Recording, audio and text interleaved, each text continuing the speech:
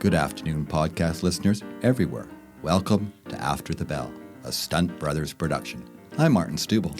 And I'm Roy Hunt, and we share your pain, having taught a combined 70 years. 70 years? I know, wow.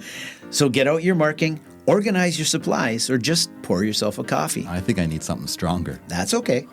And listen, engage, and interact with After the Bell, a podcast for you, the hardworking, dedicated teacher who wants free lesson plans, free advice, and a free meal. Oh, I always show up for a free meal.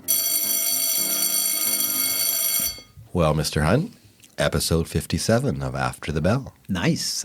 Season 2, episode 27. Wow, that just rolled off your tongue. I know. You did not have to do any kind of calculations that, an hour later he finally gets it right. I wrote it on my hand. Okay. I was wondering. If it works for you, that's fine. Well, it does. Came out. I want to find what will work for me because I've had this cold for almost 5 weeks now. And I have to hear this groggy voice when I edit this podcast, and I'm tired of it. I think it's time to get that old, ancient medical book out. Yeah. And find one of those nasty, kind of cold remedy things that is like. I kind of envision Billy Crystal in Princess Bride, going to the apothecary and him with his wife who plays his character in that, scene. Yes, yeah. And her long fingers and opening up the book and finding some remedy for me. Is that what you're? That's what I'm thinking. Is that what you're getting at? That's what I'm thinking. Okay. Of. Yes. If it works, I'll try it right now. Well, because this is the cold that never ends. I've forgotten what your voice really sounds I like. know, exactly. That's what I'm worried about. I'm worried new listeners or what's up with that guy? That guy's got a frog in his throat. He's got a froggy voice. Yes. Yeah. Yes. Well, luckily, I don't have to speak too long because we are going on a field trip. Yes, and we are. I love our field trips. We've had so many this year. Good ones. And lots of good ones. Who are we going to see this time? Today, we are going to meet with Dr. Misty Paterson. Fantastic. The educator and creator behind Pop-Up Studio. Oh, exciting. And I just think we've had such a wealth of educators and other guests on our podcast that really, to me, even if no one else gets anything out of it, I always do, right? Because I just find they bring a wisdom, a different way of looking at things that helps me kind of analyze and helps us, I think, try to get to the heart of what it is that makes our education system better, but also how we help with the mental health of our teachers and help get them through what is a challenging job. That's right. But also probably one of the greatest jobs there is, right? So let's go.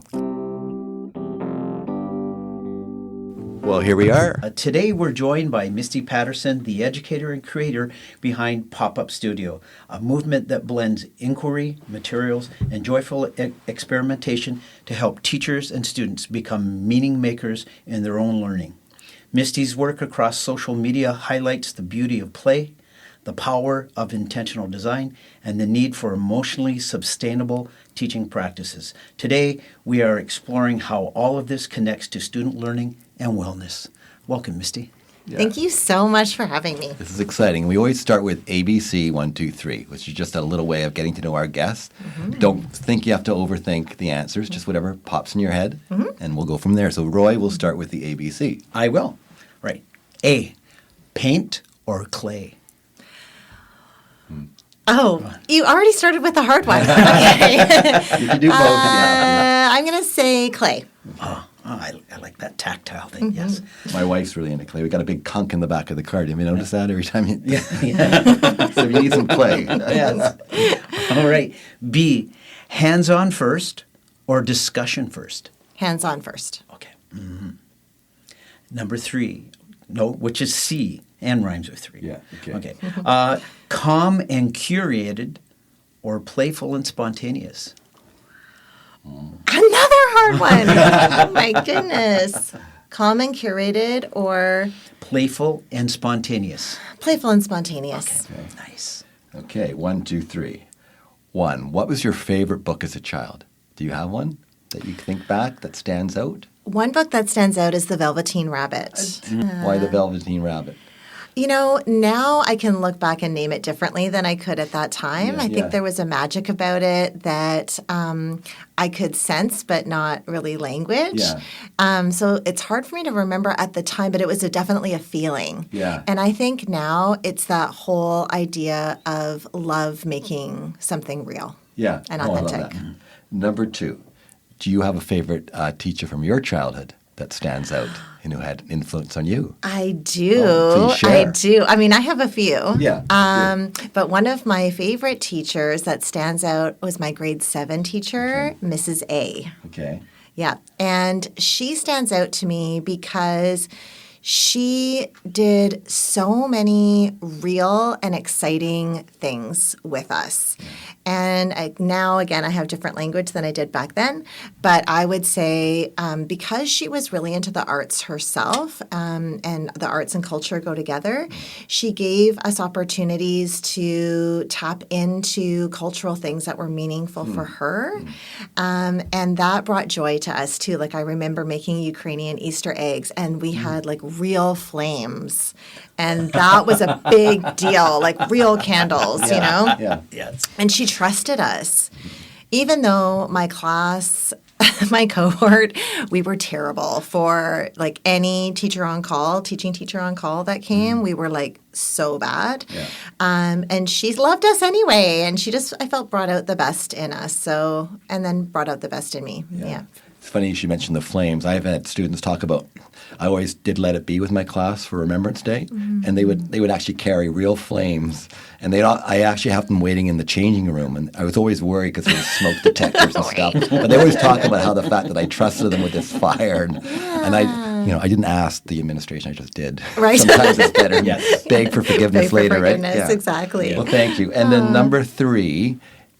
Do you have a favorite piece of music that if it was the only piece of music you could listen to, you're on a deserted island, right? You don't have to play it over and over again until you're sick of it, but just, that's the piece of music you can play. Is there one that stands out for you?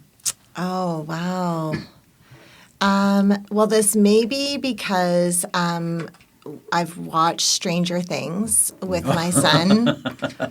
I think like the whole 5 seasons, like a couple of times. Wow. Kate Bush she's so brilliant. And one of my favorite songs by her is Women's Work. Okay.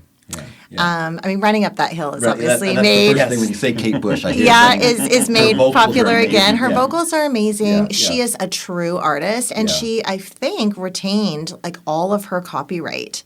So, and I remember I did some work in Brussels, and my contact, and I think he's the director there, I might be getting his title wrong, but he's a Kate Bush fan as well. And he was talking to me about how she would be very discerning about where she would perform. And he's like, Misty, you're like Kate Bush, like you're so artsy, and like you could just be really discerning about where you go and how you engage with the environment, because it's important, because acoustics was important to her, but also the ephemeral nature of where she was, the whole aesthetic. I understand now. I mean, I'm hearing it second party, so it might not be true, but I'm always that's my amazed by response. there's certain artists that somehow stand out from the crowd, and to be an artist nowadays, often you're put into a box. You got to fit this mold, and there's people like Kate Bush that somehow transcend that, right? And it's amazing. So, a worthy choice, I think. Yes. So, So, Misty, could you tell us a little bit about yourself and the journey that led you to creating Pop-Up Studio? A little bit about myself. Well, I am a long-time educator. I'm a mom. I just finished my PhD, so I guess that calls me, you call me a scholar or a researcher. I'm a sister. I could go on, and a daughter, and I'm really a work in progress. I really consider myself to be a lifelong learner through and through. And what brought me to Pop-Up Studio is a little bit of a long story that I'll try to make succinct. But basically, in the early 2000s, I was at a school that was facing declining enrollment. We needed to do something to save our school. And at that time, the IB, or International Baccalaureate Primary Years Program, was pretty new on the scene. In fact, there was only one independent school in Vancouver at the time, Stratford Hall, that was operating as an official world school. And this was a program that our superintendent at the time said, we think that this might be a good fit for the school. So we started to explore it. And because, again, we were declining enrollment, we had lost our vice principal because we didn't have the budget for it. And I was invited to step up as a head teacher. So I did it scared. And we Best did. way sometimes. Yeah, but curious. Right, Scared yep. but curious. Scared but curious. I love teaching and I'm very passionate. We started to explore this program. And inquiry is the primary pedagogical framework or model for that particular program. Now, again, this is the early-ish 2000s. I think it was 2004 or 2005 we officially started our candidacy.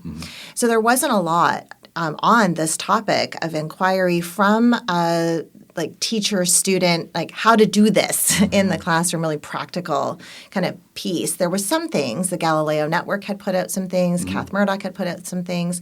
And I was just desperate to figure out how to do this because I was asked, invited, told, challenged that I needed to have a classroom where colleagues could kind of see what this might look like. I was asked and invited to take on a leadership role.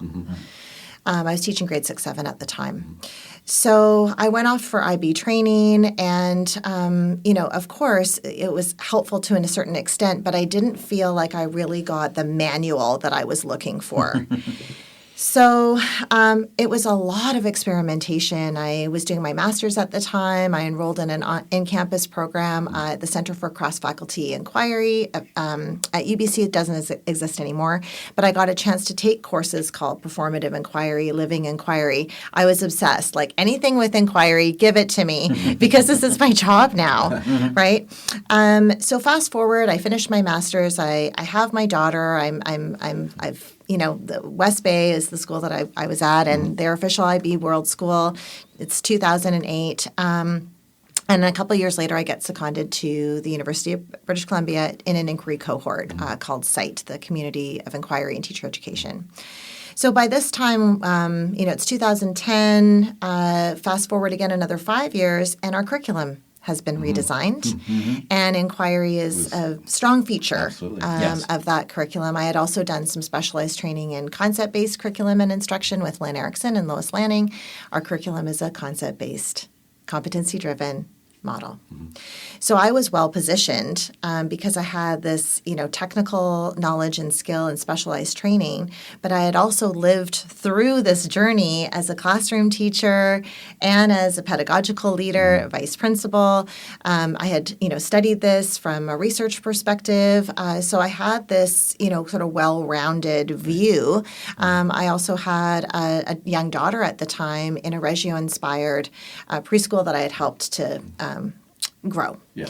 So I was able to look at this thing called inquiry from lots of different perspectives.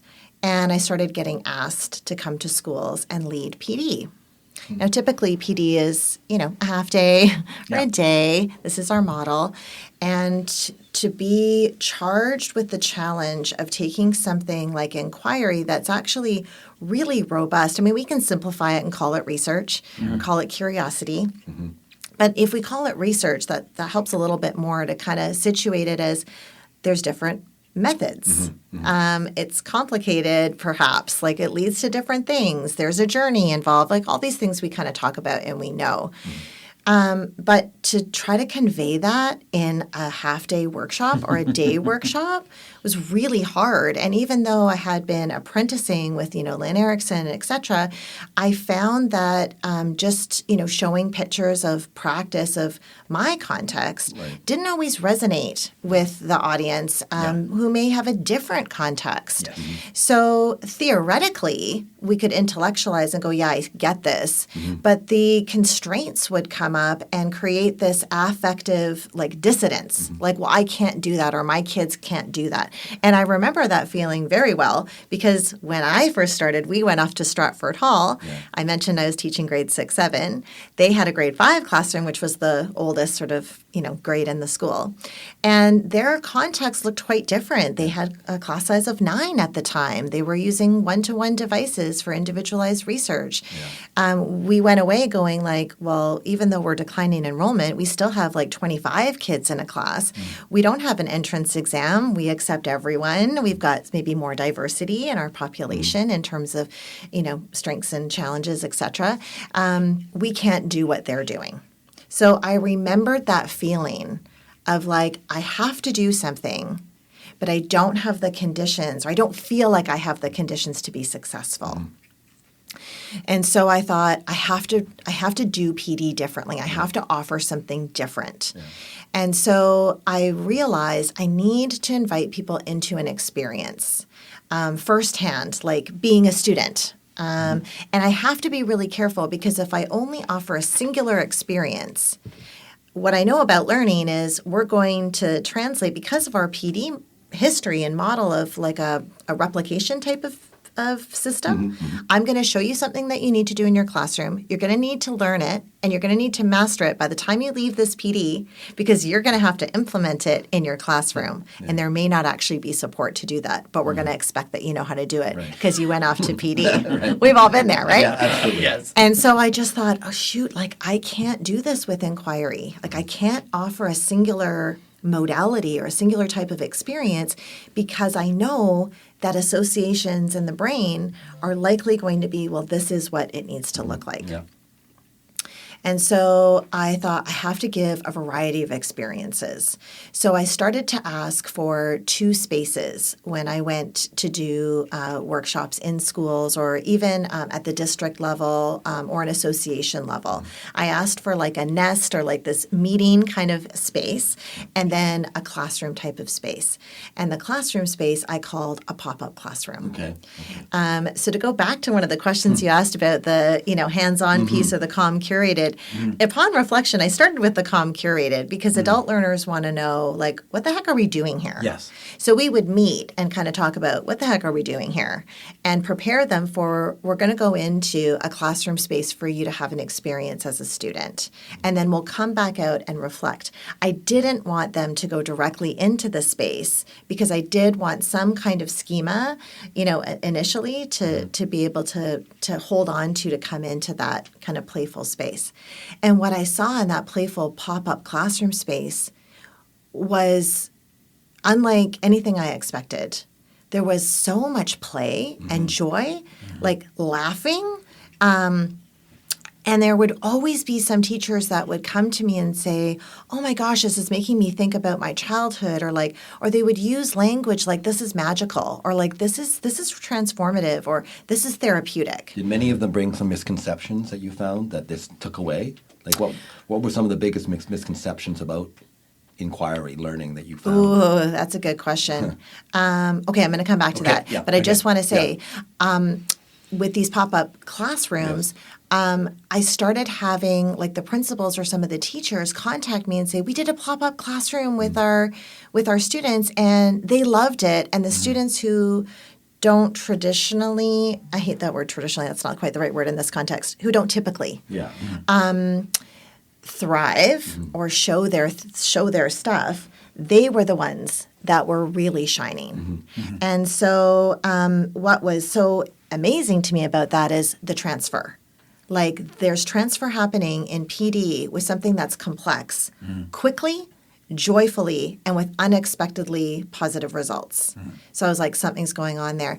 I had a chance to go to Harvard to do the Project Zero experience for a week in 2018. And one of the workshops I went to was studio thinking.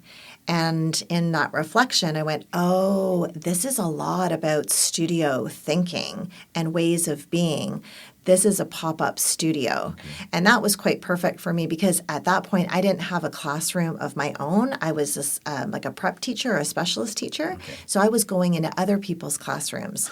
So I couldn't I didn't have I have a maker space Right. or I have a shelf with all the stuff, because it was just me moving from place to place, whether that was conference halls or staff rooms or What a challenge. Wow. classrooms or outside or Right. whatever. So, that's how Pop-Up Studio came to be. And at that time, with these results, I was getting asked, Misty, could you write your approach down? Could you write a book? And I laughed and went like, I have no idea what my approach is. Like, I'm just doing it. It's hard to put into words sometimes, right? It really I know I've had is. people say, so, this is amazing in here. Explain it. And you go, oh, how do I do it? Right? Right? Yeah, it's a real challenge. But you So, should be yeah. able to, though. Yes. And at the end of the day, Yeah. right? That's the thing. Yeah, you do want to be able to Yeah, language. but it's hard. Yeah, but it's hard, Yeah. and writing is. I think people talk about this, but I do think it's one of the best modalities to really synthesize your thinking and to get that clarity. And so when I was working on, I thought it was going to be a brochure. I was like, I can commit to a brochure with a reading list, right? And the first edition of Pop-Up Studio was about 80 pages, and I was working with a teacher artist at the time. She was doing some iconography for me, and I was asking her about book titles, and I was like, yeah, I just did this Pop-Up Studio. And she's like, wait a minute, Misty. Her name's Amy Burvall. That should be the title of your book. Yeah. And so that's how Pop-Up Studio came to be. You asked about misconceptions. Just go back to that. Thank you. Because, of course, there are many, right? And what have you found? Yeah. Wow. It's interesting because I've been at this work around inquiry since, I think I mentioned, right, it was 2004, I think, formally. 20 That's years, a long time. Yeah, over 20 years. This is my 22nd year. And it still eludes me. I still, if people were to say, how do you define that word? It's still a challenge. And I think, that happens. I can't remember whose model it is, but they talk about novice to expert. And the closer, as you get into expert and the deeper you get into the expert side of things, the more you say, trust me, it's complicated. Whereas a novice, it's like, yeah, I know that. I get that, right? So I think that in and of itself kind of answers the question in terms of the misconceptions that sometimes it can be overly simplified, it's just questions. Yeah. I encountered that just yesterday reading an article about it, and I can't remember the writer, but he was basically saying kids are just playing. They're not getting any skills. They're not learning anything that's really deep curriculum. And he was arguing it's actually destroying the ability of kids to develop the skills they would have in a previous generation. Yeah. Thanks for adding that, because that helps me actually clarify a point that I'd love to make about misconceptions around this work. Yeah. And I've seen it firsthand. So there can be a very damaging, and I'm going to speak very bluntly here, and to all who are listening, I'm saying this bluntly and gently and lovingly for our profession, because our profession is so complicated. So I'm really speaking from a loving place here. Unfortunately, sometimes the way inquiry is presented and translated, it can come across with language such as we follow the kid's interests. It's all about the kid, child-centered. And what can happen is it can cause a lot of role confusion, role ambiguity for the teacher. Yeah. And what it could translate for the teacher is I don't really have a role. I don't know what to do. And it can be so hands-off that there isn't the pedagogical guiding. And even that word of guiding, right? Yeah. So that's where things can become really, I'm going to use the word damaging, because it can, it could be a form of abandonment and so then, or neglect. Right? That pedagogical neglect, if we're thinking about what our role is in terms of helping children to become thinkers, helping children to become someone who can question. Like I'm thinking about our core competencies, right? And being reflective. Even when we look at play, there's strong research to support that actually that guided play is, and I want to be really careful here because I know listeners are going to be like, oh my gosh, what is she reading? That's so not true. But there's a place for the guided play, meaning like we go back to John Dewey, right? And he has that classic quote of, we don't learn from experience, we learn from reflecting on experience. It's the reflecting piece. And reflection can get a really bad name because, again, sometimes it can be really singular modality, like it's all writing and kids don't like to write. And, so even reflection can kind of lose its charm and therefore its power. But it really is about helping to make connections, which is rooted in meaning making. And that is the critical piece, is that it really needs to come back to meaning making. Yes, I like that. Okay, I like that. So then what does meaning making look like in real time for kids? Yeah. So I'm just thinking, like, again, off the top of my head, but if we think about, a time, and I kind of push it back to you. You both are long, term educators. You both have children. When something is relevant and meaningful for your child. Like, how do you know that? Yeah. So how do you? How do you know? How do you know something's meaningful for your own child? Well, they continue to pursue it, for one, right? Yeah. It's not just, Dad wants me to read this book, because he said, this is important. You should read some Dickens or something, whatever, as a parent. So definitely pursuing. Yeah. There's sharing, right? There's this idea that you might bring up a topic, and then you know that you made a connection when you're like, oh yeah, I like that, and here's a connection I've made to that from something else in my life, whether it's a text to text or whether it's an experience, and that's that deeper understanding, and that's that deeper learning, right? And those are so I've hit it. Where you say, how about this, and crickets chirping, you kind of know. Or maybe they're not even chirping. It's like nothing. So I often think of a student I had. We did an inquiry project, but I've always been a huge Beatle fan my whole life. And this is my last year teaching. As in the music, or as in the the music? The music, yeah. I was like, are Beatles insects? Is that the right word? Insects are fine. Yeah, they're fascinating too. Or outdoor learning program. John, Paul, George, and Ringo. Yeah, got it. Yeah, with you. But I would always present that to the class, my joy of the Beatles. But this one student, he was 10 and he did this inquiry project, and it actually was studying what the Beatles would have done if Ringo had not been their drummer. Their original drummer was Pete Best, just for those who don't know, right? So he looked at their music, the humor, and everything.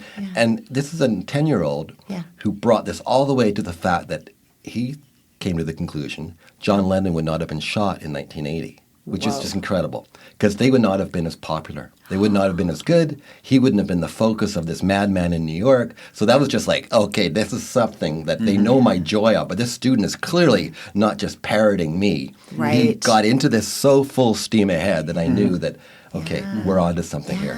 Yeah. So as I'm listening to both of you, pulling out some of the pieces, if we were to imagine this sort of success criteria or compass or how do we know that something is meaningful for a child? You just named a whole bunch of things. Like they're in the middle of it. That's what interest is. Teddy reminds us of the etymology of interest. The essence of being in the middle of something. Right? You're into it. Yeah. And so how do we know someone's into it, right? You talked about, they're sustaining their interest.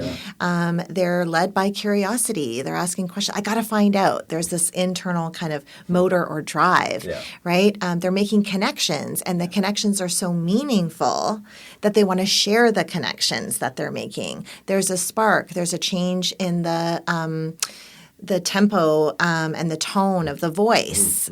So there's all these markers, if you will, for meaning. And so that's sometimes what we need to do is go back to the child or back to a concrete example that we can associate with the thing that we're like, oh man, how do we know if something's meaningful? Take it back to real life and look at what's in there, and that might help to remember. And These are some of those markers. That's the importance of an adult that is aware of these things too, right? Yes. You need to be. The radar needs to be detecting that the child's into these things, and if you're not, then how are you ever going to know, right? Yeah. Whether it's your own child or a teacher. Yeah, and I think, that is such a powerful reminder as we go back and think about, inquiry. And, when it's done well, it's done with huge intention to relationships. You just talked about the word radar, right? And that we might use the word attunement, just like a radio. We're tuning into the station. Well, that's kind of fuzzy. Ooh, that's clear. Yeah, we got something going on. And, the head starts nodding and the shoulders start moving because we found a beat that we really like, right? But there's an experimentation with the radio of like what channel, maybe we don't always want to listen to the same channel. We want to like change it up, right? So in my book, Pop-Up Studio, I talk about responsive teaching. I actually don't language like inquiry per se. I talk about responsiveness. And I use a metaphor of a DJ and that, we as teachers have these different dials on our DJ board that we can play with. And so the more attuned we are to the children, the more we can then play with the dials with them of like, okay, are we going to nudge this like conspiracy theory piece on the Beatles a little bit more? Or are they kind of done with that and we need to look at a different angle here? Do they need more time? Do they need like a different piece of writing to look at this or a different perspective, right? And it's so much easier to do when we know our kids. So, Misty, why are tools and materials so powerful in thinking and understanding for kids? Yeah. Students. And for students, for sure. And I'm going to say students of all ages. Yes. And part of the reason why, there's a bunch of reasons why, but part of the reasons why, if we think about learning, right, and we think about math as an example of this, generally speaking, we move from concrete to abstract. When we're dealing with much of our curriculum, especially in the more senior grades, whether that's elementary school or secondary school, the curriculum in British Columbia, becomes a lot more abstract, right? The concepts are more abstract. So let's give an example of this. In social studies, in kindergarten, we're looking at family, right? And kind of like a system of family. When we get into grade 7, we're looking at civilizations. Now, we might not think family and civilizations go together, but if we look at them from an organized group that has roles and responsibilities and works together for a shared outcome or shared goal, you can hear a whole bunch of concepts or ideas, right? A goal. We're not born knowing what a goal is. We acquire that understanding over time.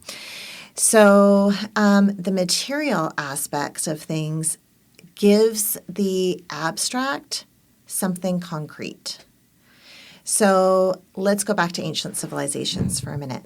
When I was teaching before our curriculum changed to an inquiry-based curriculum model, yes, I did the sugar cube pyramids, right? And we all did. we all did. And that's not bad. But, that's not necessarily bad, although it's a lot of sugar cubes and a lot of glue.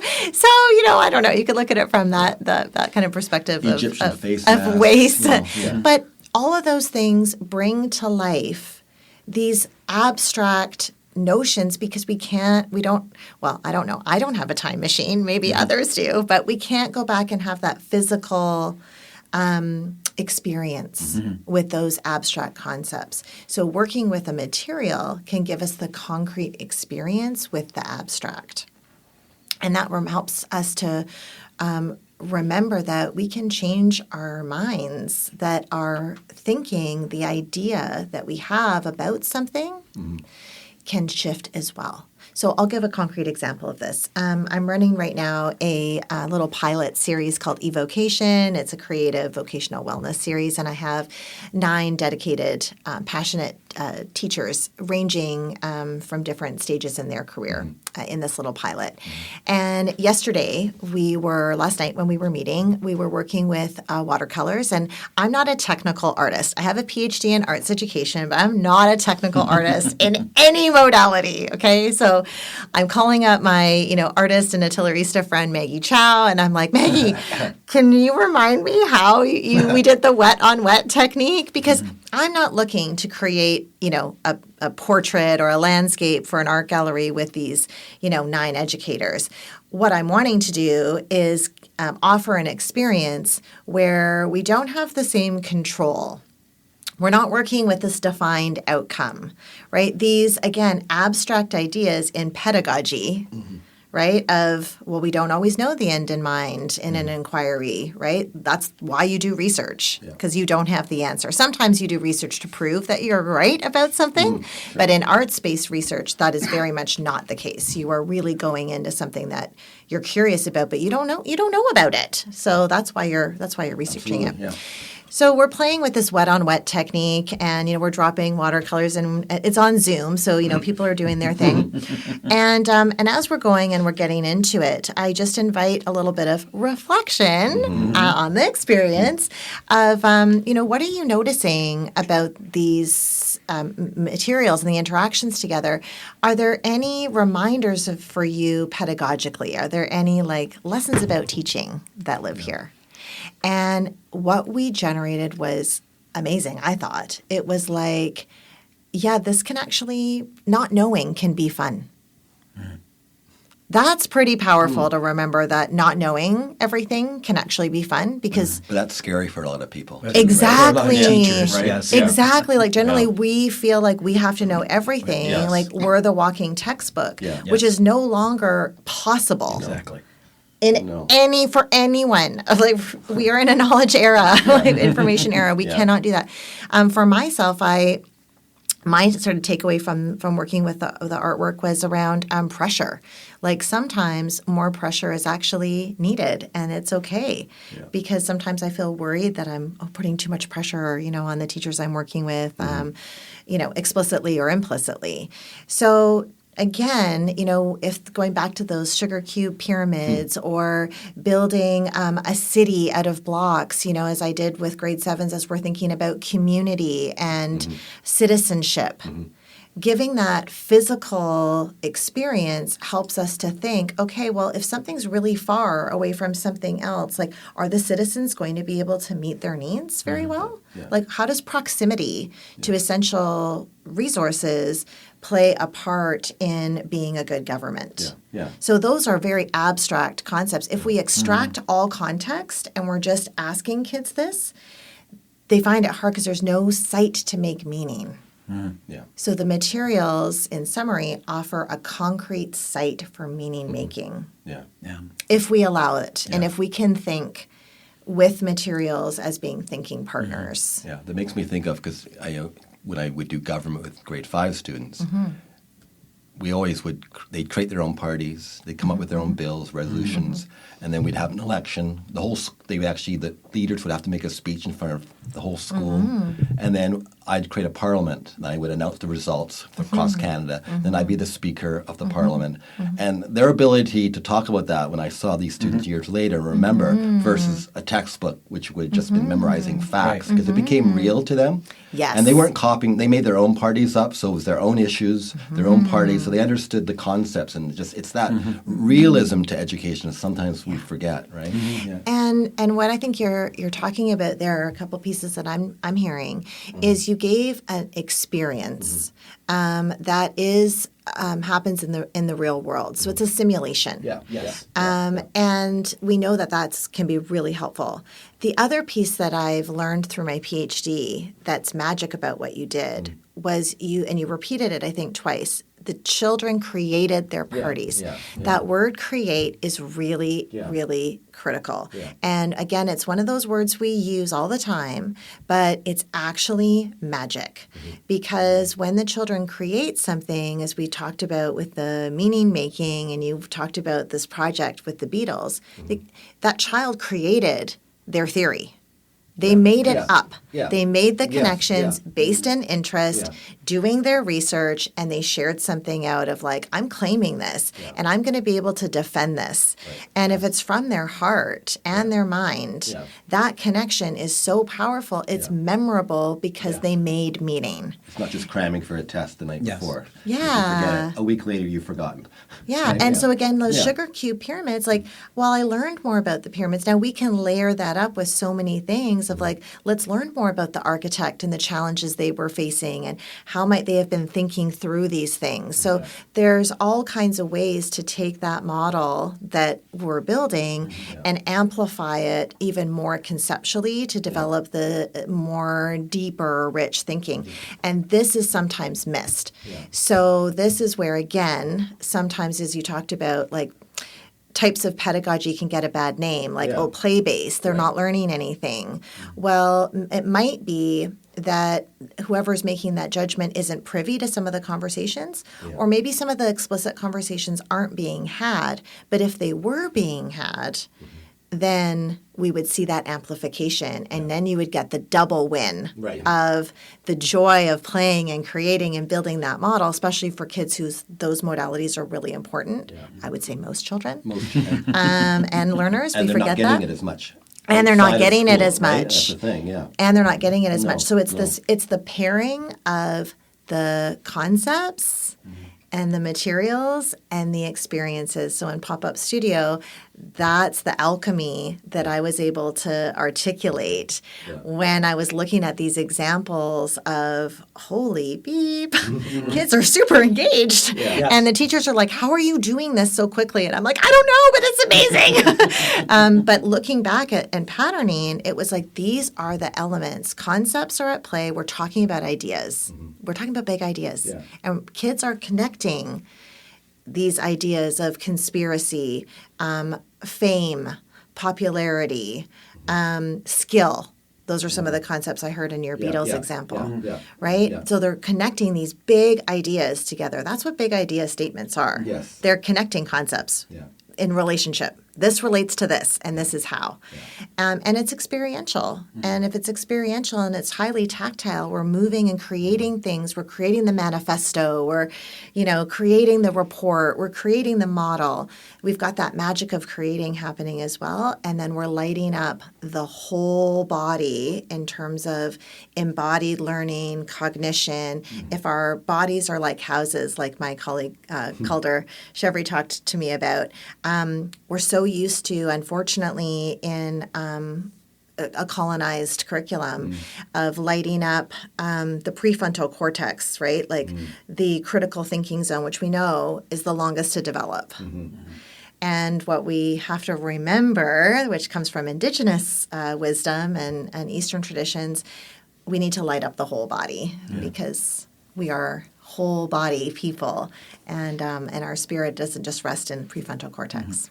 Now, you mentioned your dissortation a few times. And when did you have to present that? I defended in September. Okay, wow. Fresh. So you have your PhD now? I do. So we should have said Dr. Misty Paterson. Oh, well, thank you very much.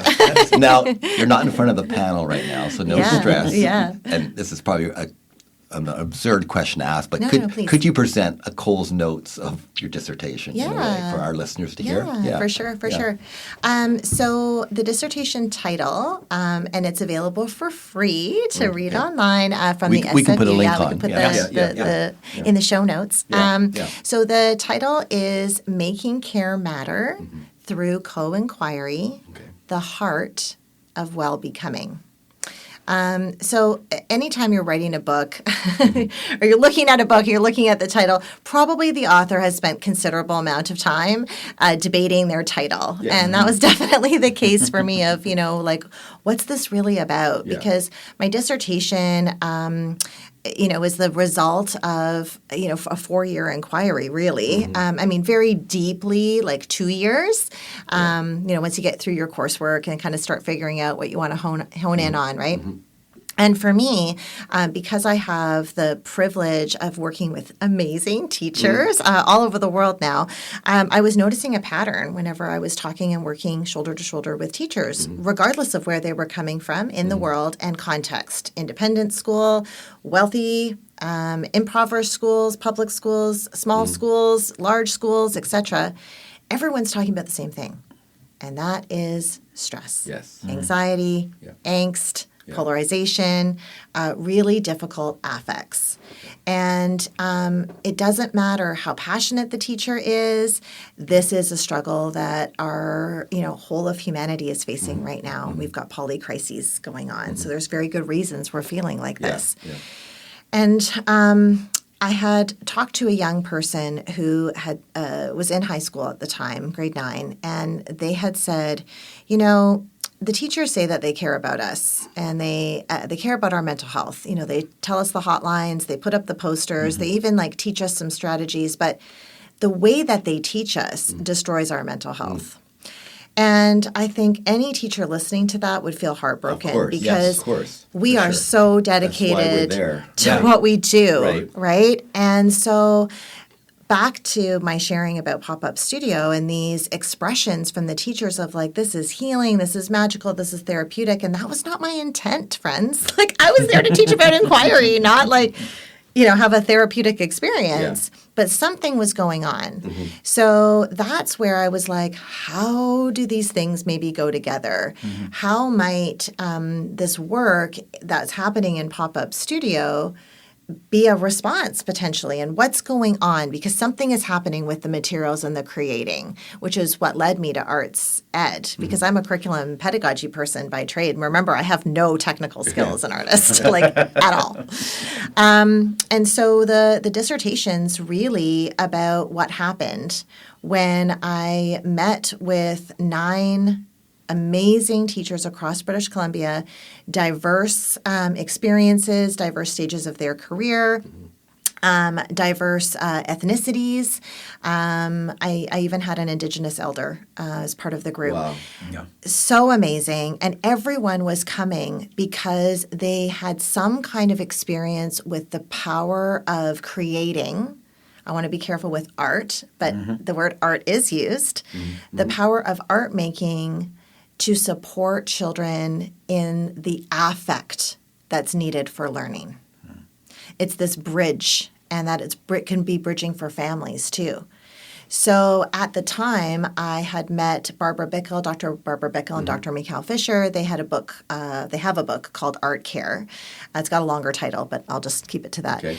And I found such synergy between their work explained as art care, art-care, and the work I was doing in Pop-Up Studio. It was this explains why I'm getting these kinds of results. And so as we were meeting together, we were meeting around the art care principles and practices, and spontaneous creation making is one of the methods in art care. And it's exactly what it sounds like. There's dedicated time to create, and whatever that means for you, very open-ended with whatever is around you. And then we bring our creations back into a circle and we talk about them. But we talk about them as if they're like newborn babies, like they're these brand new creations, because they are. So we treat them with awe and wonder and appreciation and not judgment or pathology. So that's where, it's not art therapy. We're not there to diagnose anyone or pathologize, but we're there to hold space for what needs to be discussed. And we met over 5 days in the afternoon on Granville Island. It was really magical. Yeah. And the first day we talked about what does it mean to have a caring or careful conversation? And the care piece really came because I kept hearing well, no one cares about me. or reading this in publications as well. Like kids will say, well, no one cares, right? Teachers are saying, well, who cares? No one cares about us, right? There's a seemingly lack of care. So I thought there's something here. So we met the first day. Well, what is a careful space for a conversation? What requires care? So we kind of set up our ground rules. And then for the next 3 days, we had a lens per day. So our first lens was what feels like it needs care in your personal life as a teacher, because we know that teaching is highly personal. The next day was in your professional life as a teacher. And the third day was around life with students and curriculum. And then the last day we consolidated. Okay. Yeah, so the dissertation is explains that process and some of the things that teachers shared with me about what requires care.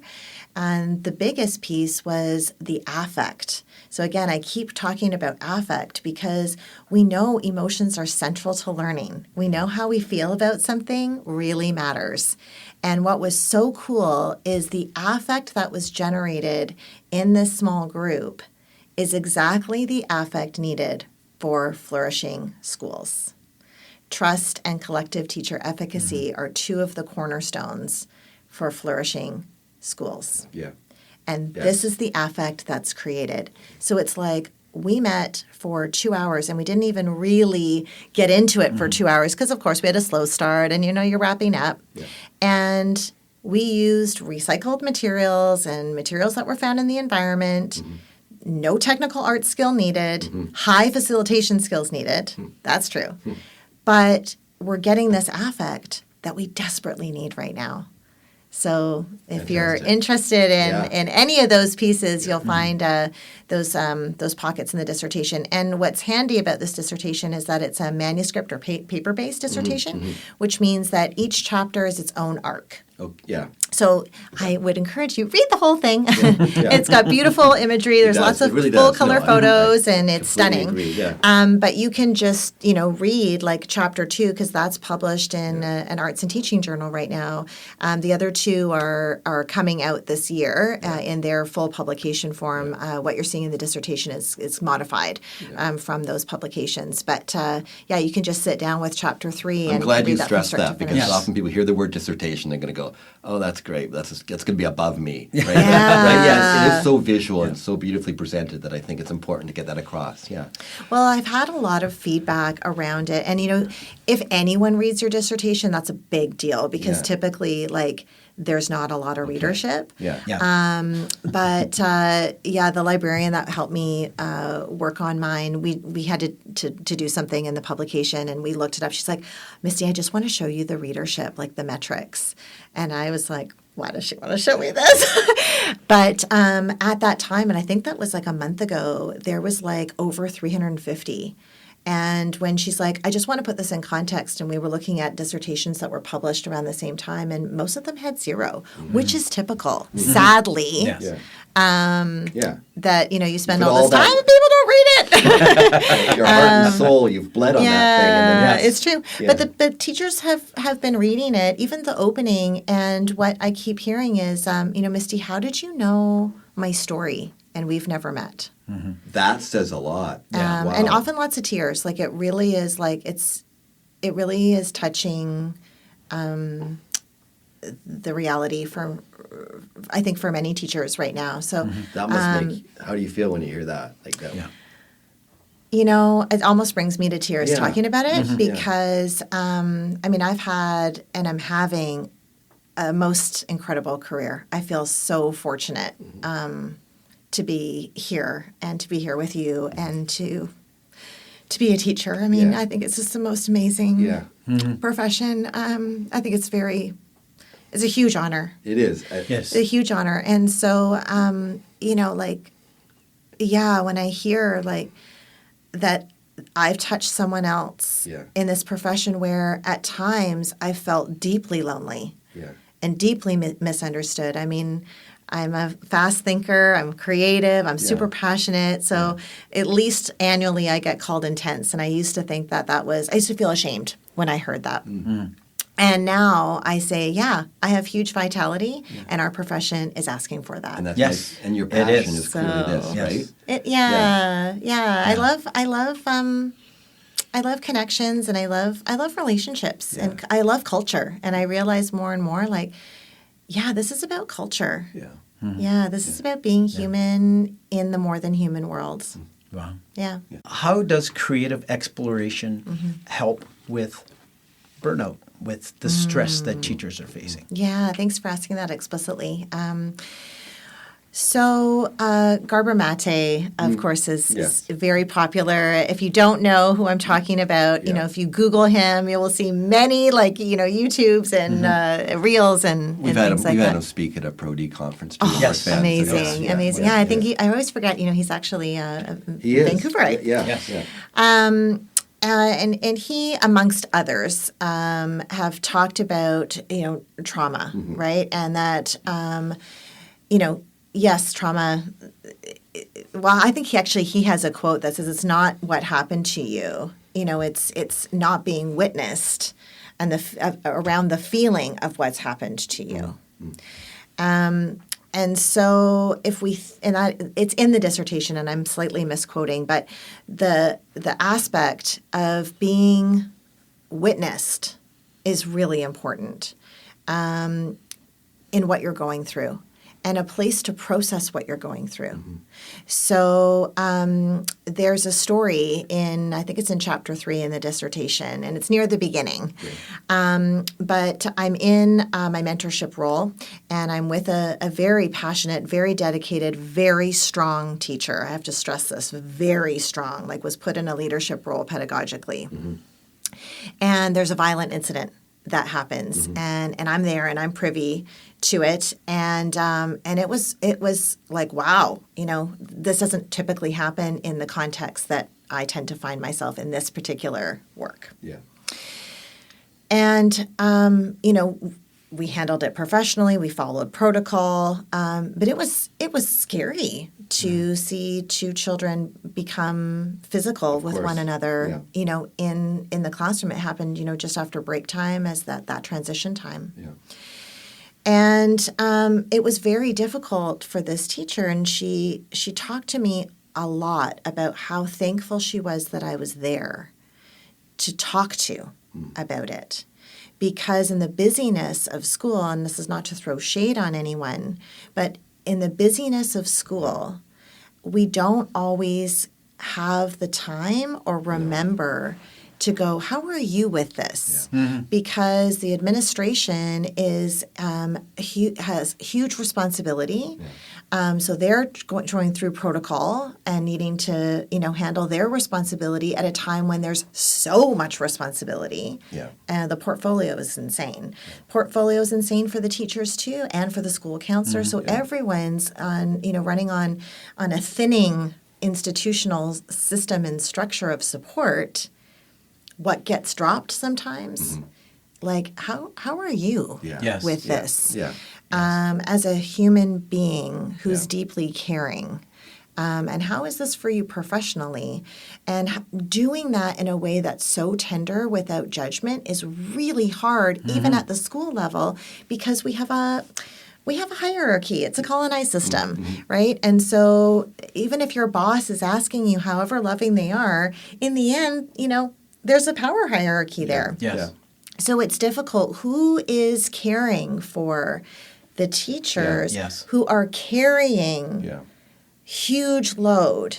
And it's the same for admin and leadership. And in some ways, even harder for them, because the way our system is structured in British Columbia, as you well know, is our school-based leadership is not part of the union. So No, they're very lonely. They're lonely, actually, in many ways. And I've always said teaching is such a lonely profession, despite, of course, being with 30 kids every day. You go through such challenging moments alone.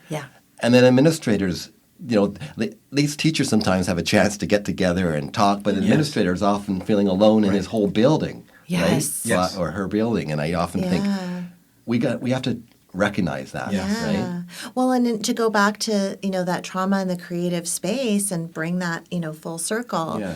we think about this loneliness and we know, like, globally, we have huge issues with loneliness.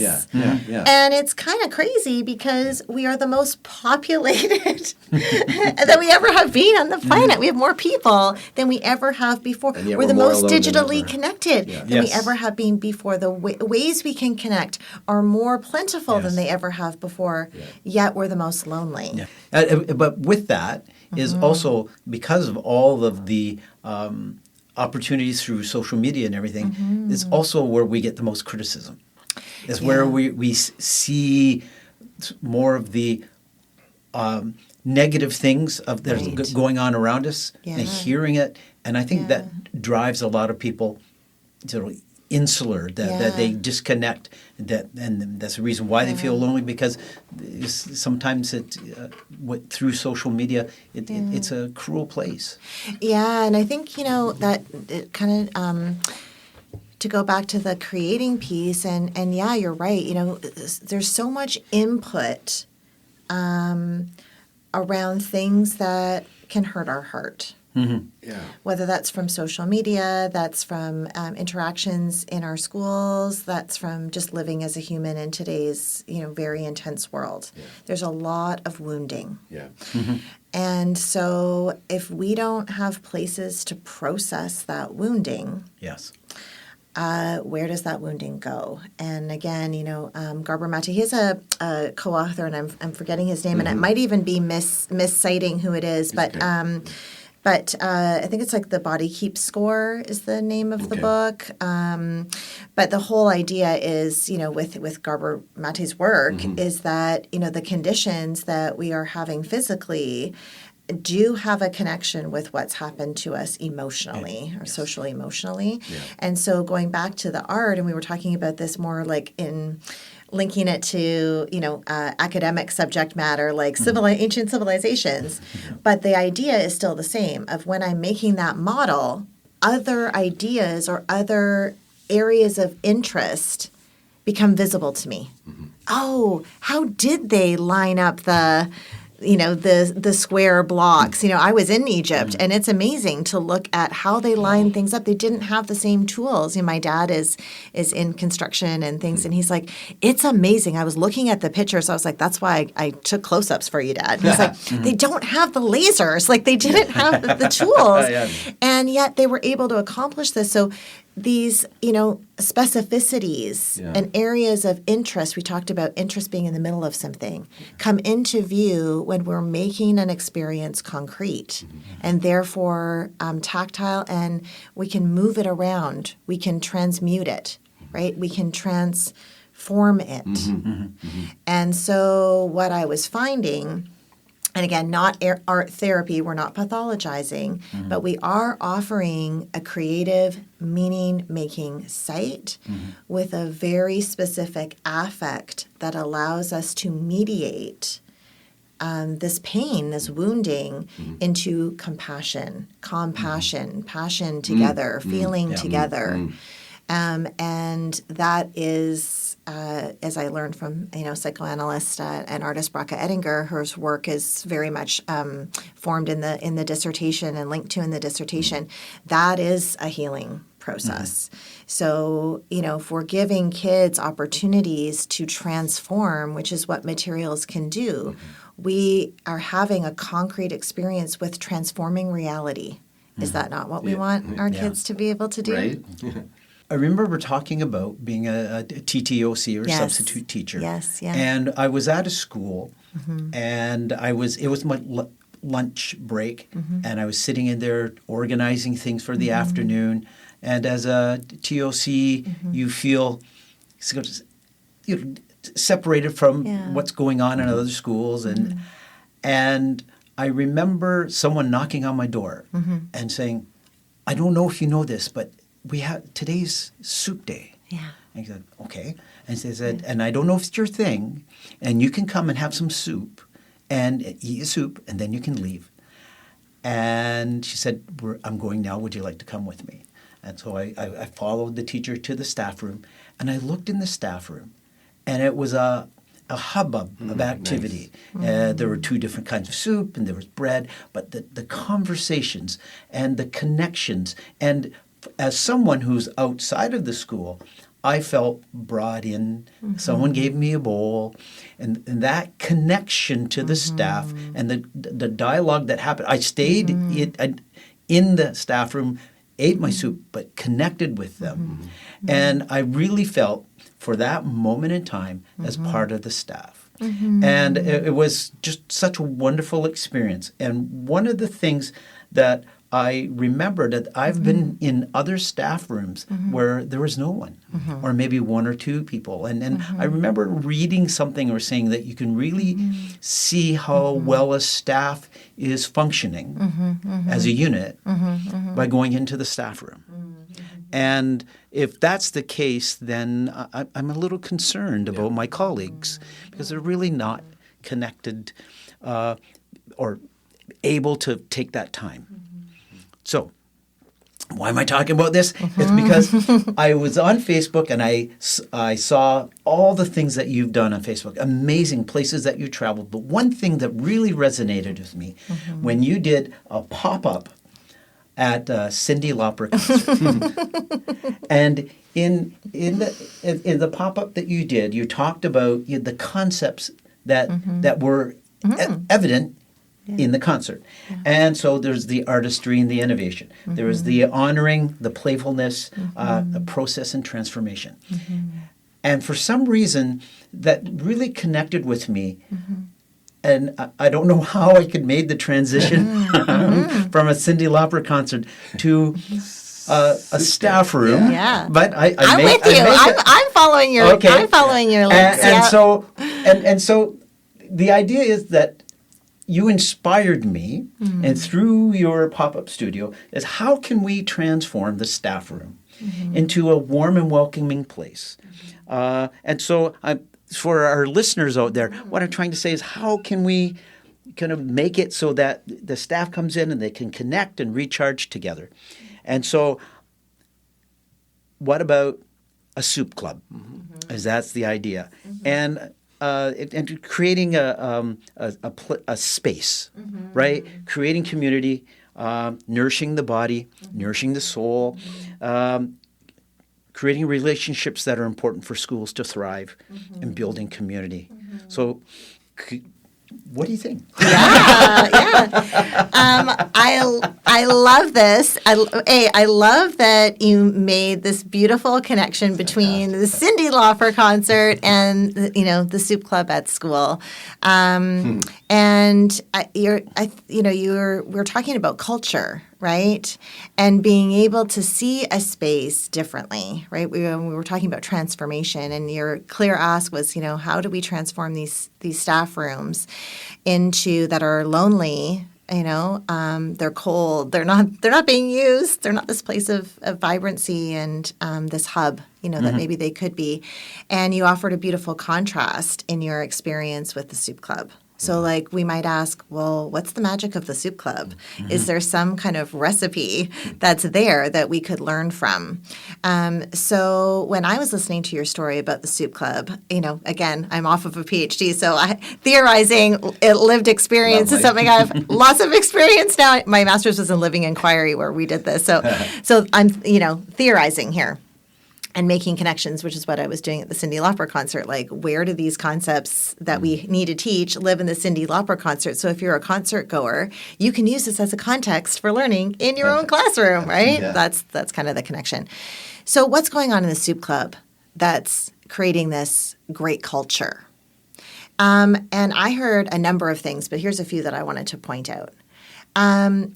Deborah McNamara is a psychologist. She works with Gordon Neufeld. She's an attachment parenting expert and theorist. And I was listening to her keynote at a conference we were both presenting at, and she was talking about care, and specifically around how we all want our kids to be caring. How do we help them to be caring, right? Especially our young children. And what I took away, which very much resonated with me, and kind of a theme of what we're talking about here, is we have to have experience as adults in care. caring for others, being cared for ourselves so that we can mediate that for our young people. And she said, and I agree, we've lost our caring village. So it's a little bit around what you're talking about of how can the staff room be a caring village, right? And so she also talked about that one of the very earliest expressions of care is when a baby feeds the parent. You know, it's one of those times where we've all been there, right? And you can kind of see it, right? Yeah. Like the baby's putting the cookie in, you know, mama or whoever the caregiver is. Yeah. The sharing of food. Food is a material. It's concrete. Right? It is nourishment. So all of these abstract things that we talk about, we need to be cared for. We need to be nourished. We're feeling so depleted as teachers.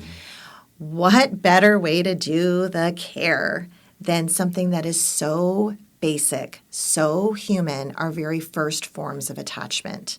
Is feeding one another, right? And the soup is warm, right? Warmth. So it's a clear, concrete representation of the affects that we desperately need. You were guided to the staff room. You weren't left to go there and transfer from one lonely classroom where you're sitting there by yourself to the staff room and maybe get lost along the way. It was like, come with me, walk with me. We talk about this pedagogically. Walk with me. We're on a journey. We're walking with our students, right? But to literally walk beside someone remembers you to the companionship that we're looking for. So all of these qualities that we're desperate for, I can see reflected in your story, right? And you don't have to do anything. Just show up. She also, or he also, or they also. I don't know the pronoun for the person who guided you, but they also gave you permission to leave when you wanted to. They gave you permission to not be obligated. Yes. They were not saying you have to be compliant. They were extending an offering, an invitation to feed you. And that is the basic form of care. And what's so wonderful about the story that Roy tells, and then your use of the word caring village, I think of when I started teaching in 1990, the older teachers automatically showed me this is a caring village here. Somewhere along the way, we lost that. So new teachers come in and everyone's in their class, so that's the norm to them. I started teaching at a time, the norm was that's what you did. And people would make soup. The staff room was this vibrant place.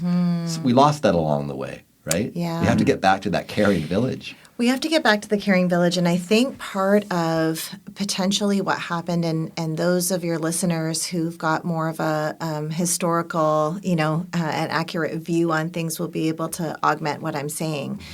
But I feel like maybe the Christy Clark era was a turning point in the stripping of the collective agreement.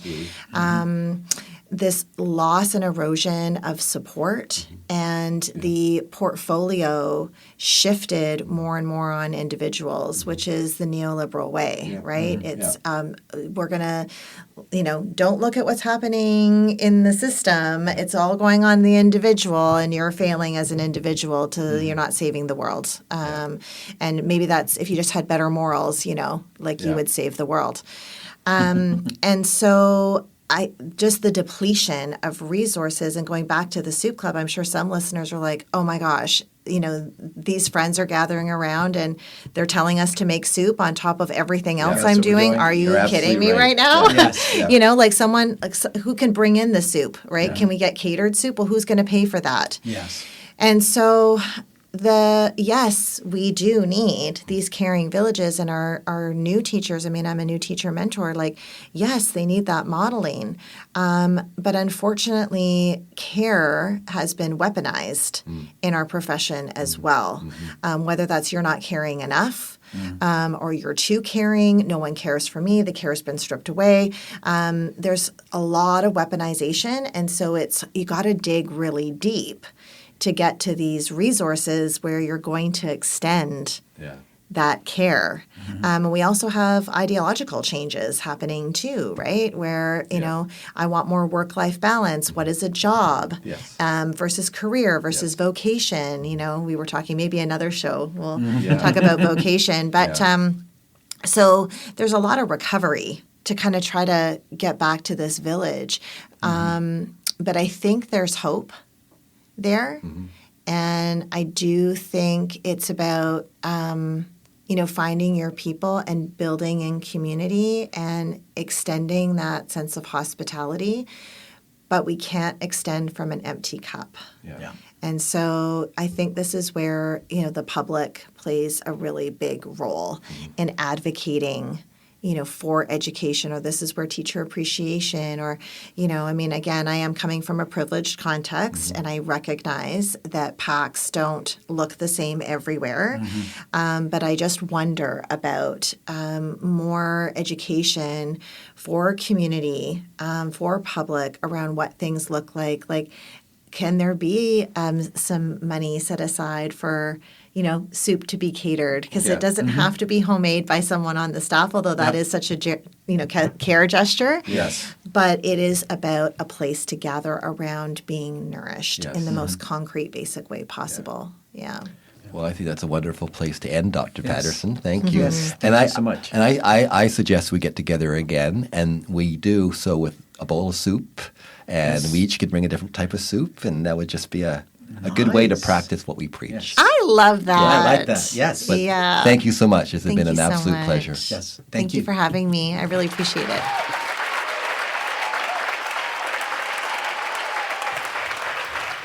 Well, there you go, Mr. Hunt. Dr. Misty Paterson. What an enjoyable and engaging guest she was. Yes, I really enjoyed learning more about Pop-Up Studio and just the kinds of things that she's been doing through her career. Yeah. Amazing. I always feel there's just everyone presents these issues in a different way.